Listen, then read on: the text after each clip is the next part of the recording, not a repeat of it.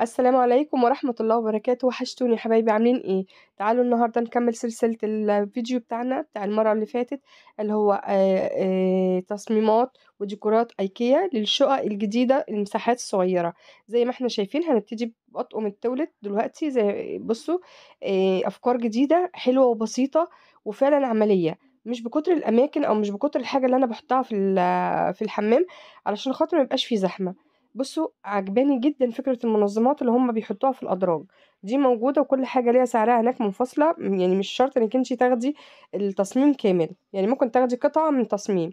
فتعالوا بقى نشوف مع بعض الجمال. بصوا، يعني أنا مبهورة جدا جدا بالوحدة دي. بصوا، جميلة وبسيطة ما فيهاش أي حاجة وسعرها مش وحش. وتنفع في الحمام، وهتلم كل الأدوات بتاعتك في الحمام ومتدارية. فشوفوا بقى التصميم الجميل والديكورات والافكار الجديده، افكار شبابيه فعلا. لازم نخرج بره الصندوق وعن افكارنا القديمه والزحمه والكركبه. بصوا، احنا واقفين قدام الطقم ده، يعني كان جميل جدا جدا جدا. بصوا، فكرته شيك. انت حطي كل اللي انت عايزاه واقفلي الدولاب، مفيش حاجه ظاهره. طبعا لو في حال ان الشقة عندك فيها تولد واحد، فالحاجة هتكون متدارية ومش باينة. بصوا، والستانلس هناك اللي هو الأرفف اللي بتتركب في الدش، جميلة جدا.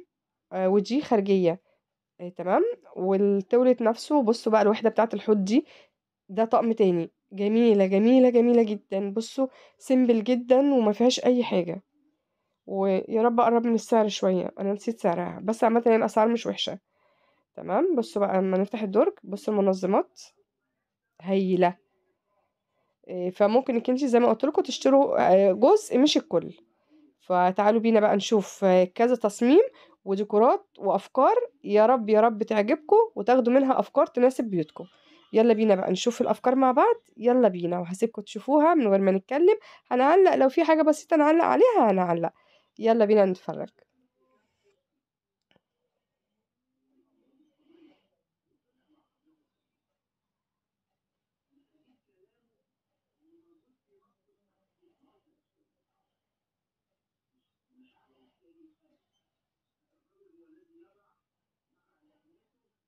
بصوا يا جماعة، التولت اللي احنا كنا شايفينه ده 2 حوض. كان جميل جدا، بس مش عارفة ليه 2 حوض في التولت. تمام. بصوا الدولاب دوت. عفوا. كل منظم مكتوب عليه اسم الحاجة اللي جواه. والفكرة الجديدة ان هو بغطا، فدي حاجة عظمة قوي. بصوا الحاجات دي معدن، فورجيه. المراية بالرف بالوحدة اللي تحت الحوض. صراحة عملية جدا وجميلة. يعني انت لو محتاجة تصبيني التولت او حاجة، مش هتحتاجي بقى انك انت تفضي وتعملي وخايفة لا الخشب يبوظ او لا. معدن، جميلة جدا جدا.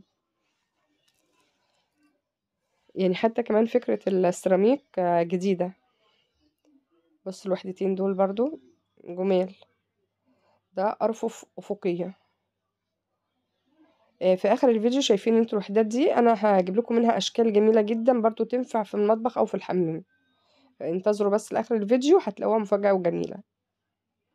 وفي آخر الفيديو كده بقى ايه، هنعمل مفاجأة صغيرة كده، احسن خلاص احنا من كتر اللف جوعنا. انا عايزة اقول لكم ان الفيديو ده على يومين، فهتلاقوا يوم بلبس ويوم تاني بلبس تاني. هو يومين مش في يوم واحد، يعني من كتر الجمال وان انت عايز تاخدي افكار فجيتوا على مرتين. بصوا الجمال. دي وحدة كده تحت الأرفف زهرة، يعني تحطي اللوشن، تحطي الأويل، الشامبو، الحاجات دي كلها. بصوا الجمال. المراية بس يا جماعة هي اللي ب1000 جنيه، قطعة المراية بس. دي برضو كانت سيمبل قوي وجميلة. يعني ما تحسوش ان هي عاملة زحمة، لان بص مساحة الحمام صغيرة، فهو عامل مقاسات صغيرة للحمامات الصغيرة. بصوا برضو الوحدة دي تحس ان هي تركي قوي، يعني فاهم، جميلة وعجبتني قوي. والحوض ستايله جديد وشيك. يعني اتمنى ان يكون الفيديو اللي انا بعمله لكم في الديكورات والفرش والعفش والكلام ده كله يعجبكم. انا بحاول انقل لكم يعني الحاجات الجديده، بحيث لو حد بيجدد شقته، واحنا عارفين في ناس كتيره بتبقى على دخلة رمضان بتحب ان هي تجدد رغم ان الظروف يعني مش مسامحه، بس هو ممكن يعني. بصوا اهي الموديلات اللي انا بقول لكم عليها للأرفف التخزين جميلة جدا جدا، أشكال وألوان وأنواع وستايلات، في المزخرف، في اللي هي المعدن. بصوا الجمال. وفي كمان جديد اللي هي السراير بتاعة البيبي اللي انت بتغيري عليها للبيبي وهو لسه صغير. هوريها لكم دلوقتي، هي جاية. بصوا الجمال.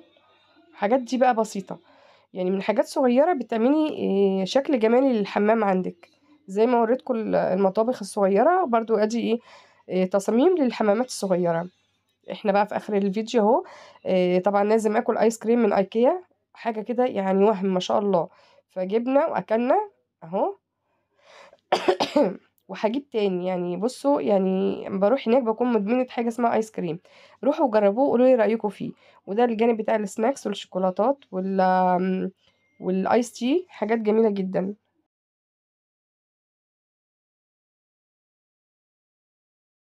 طبعا بعد ما اشترينا وبضعنا ونزلنا العربية ورجعنا اشترينا الايس كريم ده العظمة زي ما قلت لكم. وبكده بقى اليوم التاني اللي احنا رحنا لايكيا كان انتهى بالايس كريم. فاحنا قررنا ان احنا نتغدى برا. فقلت لا، لازم اخدكم معايا وتشوفوا الغدوة علشان خاطر نتفسح ونتمتع مع بعض. وكده احنا بننهي اليوم الاولاني.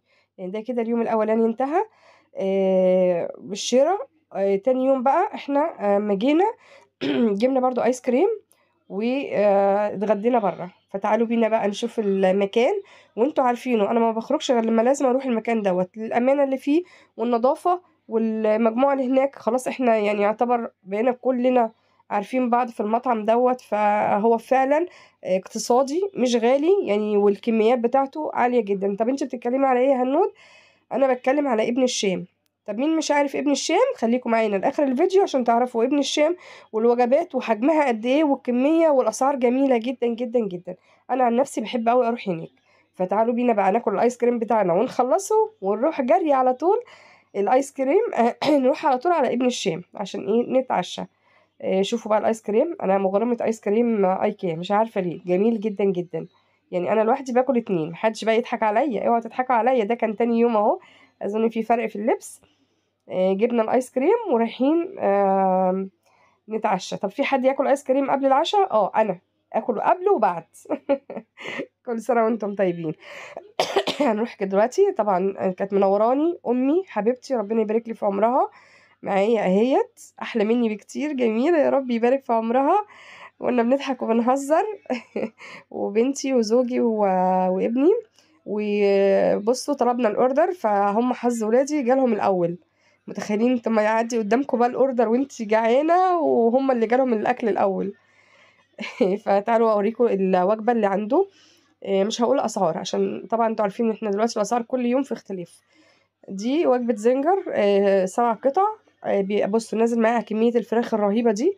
هي اكتر من 7، هو يقال ان هي 7 بس هي اكتر من 7. ورز وتوميه والسلطات طبعا انت اللي بتطلبيها حسب الرغبه. ده كان طلب والدتي. كانت طالبه تاكل مشويات بس عايزه كفته. وانا دي الوجبه الاساسيه بتاعتي اللي هي الصدر الفراخ المشويه. بصوا الكميه يا جماعه. ولو قلت لكم سعرها هتنبهروا من السعر ده. انت ما تعمليش غدا في البيت وتروحي تاكلي بره اوفر. تمام. ونفس الطلب هو زوجي طلبه اهو. بصوا الكميات وبصوا الطبق ده كبير جدا، يعني فعليا كبير. لو الكاميرا مش مبيناه لا هو فعلا كبير جدا لان احنا ما بنقدرش نكمل. بصوا الوجبه بتاعت اولادي مايونيز وكول سلو والدجاج وبطاطس. ودي الزعتر، منقوش الزعتر. وده فتوش. اسمها ايه؟ متهيألي كده اسمها، نسيت اسمها. السلطة اللي هي اللبنانية. وطبق ابني نفس الحكاية، اسمها مناقيش. مناقيش لا التانية مناقيش بالزعتر. ودي فتوش. طبعا انا حبيت اخد منها. طبعا انا حاولت ان انا اطلع بالمعلقة والشوكة. ففصلت بقى الكاميرا ورحت معبية قلبت الطبق وعبيت.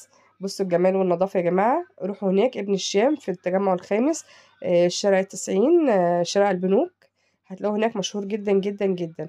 اتمنى يا رب يكون الفيديو عجبكم، والديكورات والتصاميم بتاعت حمامات ايكيا تكون جميلة، وتاخدوا منها افكار تناسبكم وتناسب شققكم.